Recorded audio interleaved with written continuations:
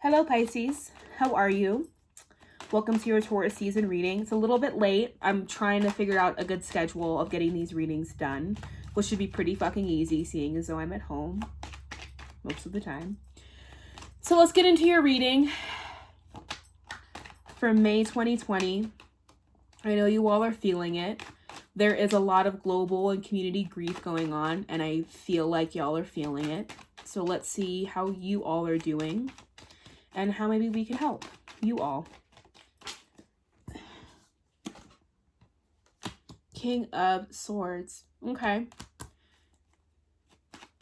Stepping into a King of Swords energy, are we?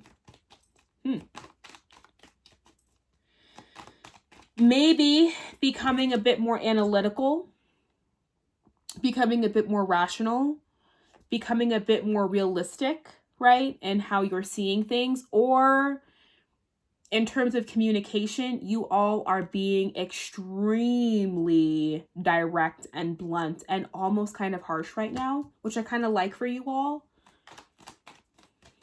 I kind of like that.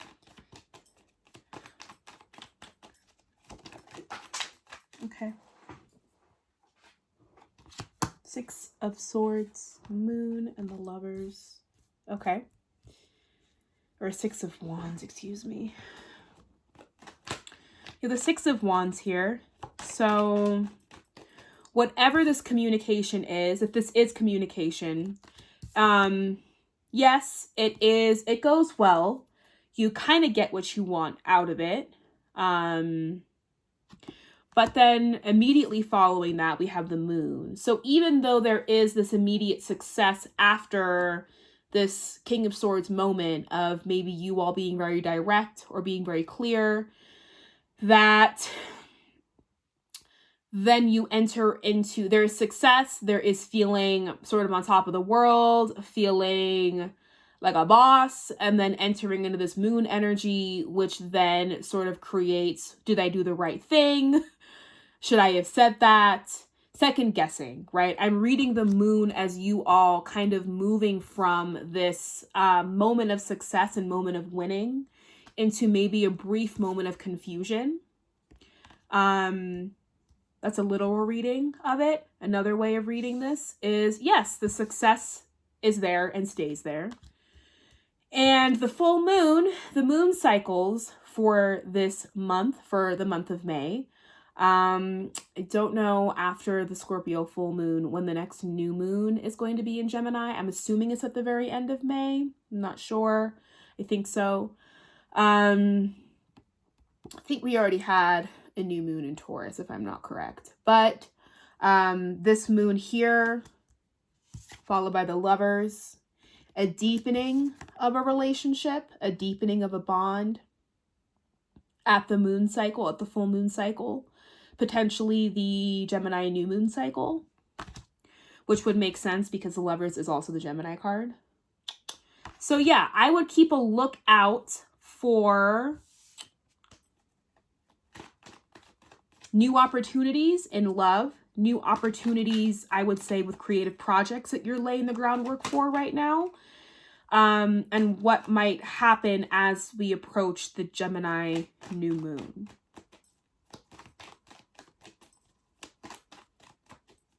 Or it could just be the deepening of a relationship that's happening now. Could be with a Cancer or another Pisces.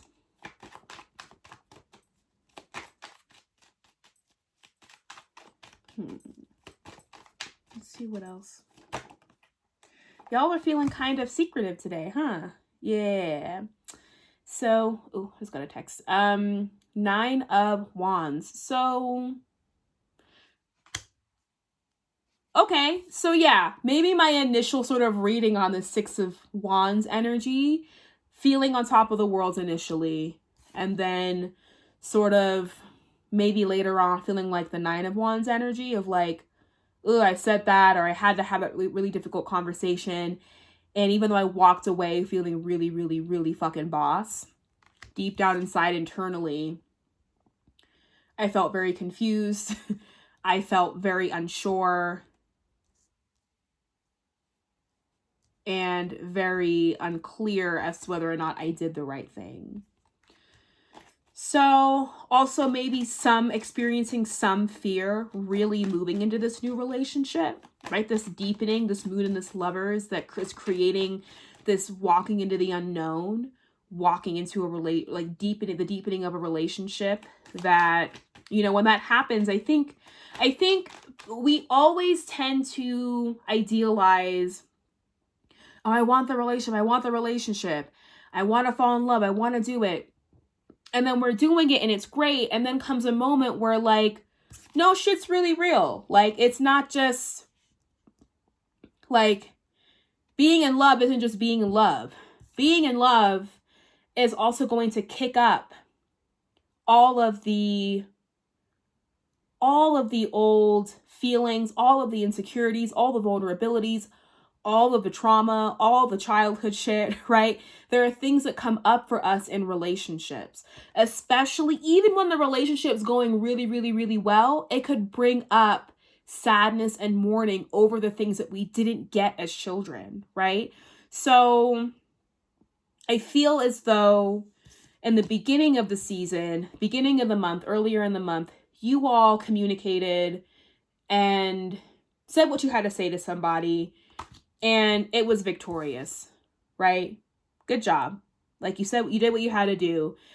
And you're moving on, right? I see you moving on. But what I see you moving into is a situation that feels deeper than the last one. A situation that feels a bit more faded than the last one. That might be bringing up some old insecurities. And that's what happens when we fall in love. That's what happens when, that's what I mean when people are like, oh, I'm in a relationship. I just want to be in a relationship. Okay, great. Are you also willing to work through what happens when we become vulnerable with somebody, right? Are you willing to work through what happens when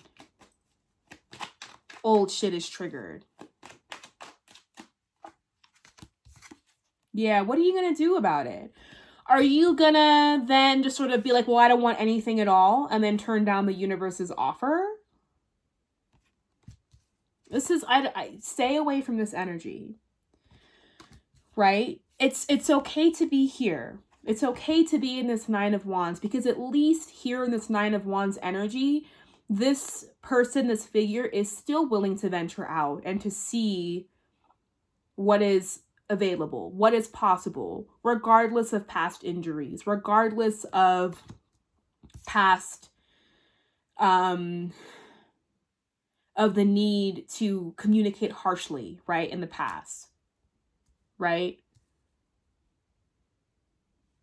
But when you step into this energy, you're now denying yourself the possibility and the ability and the opportunity to actually see what this new cut might have to offer.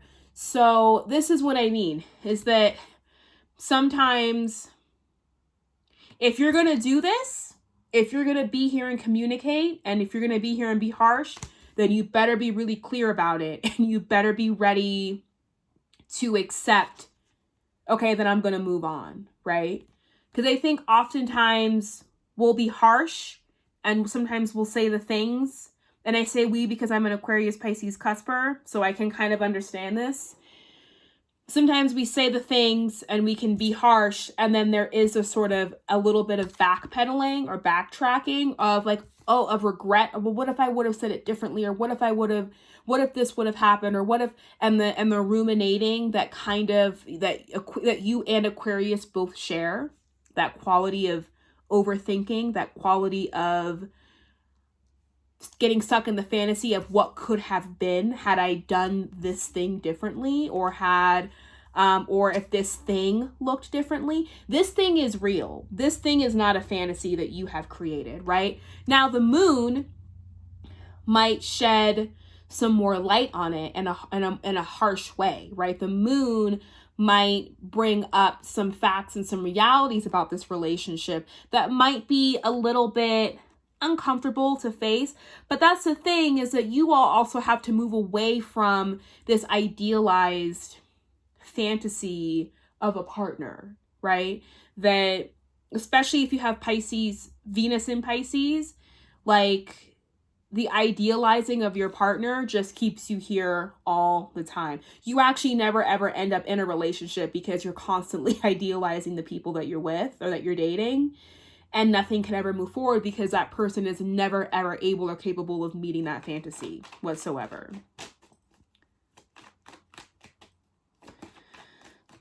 I'm not sure if this reading is making any sense.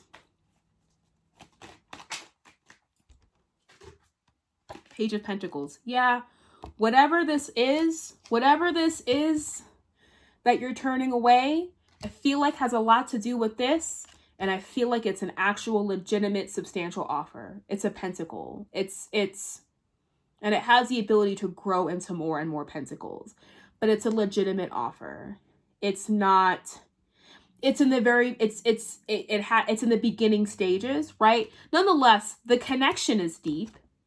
There's depth in the connection, but how the connection is playing out in the physical realm right now is in the very, very, very beginning budding stages. But what you can't do is allow whatever anxiety this situation might have brought up for you, because even winning can create anxiety. Even when we know we've bossed up on somebody or we've read, there can still be some anxiety with the winning, right? And then there might be a little bit of backtracking of like, well, did I handle that the right way?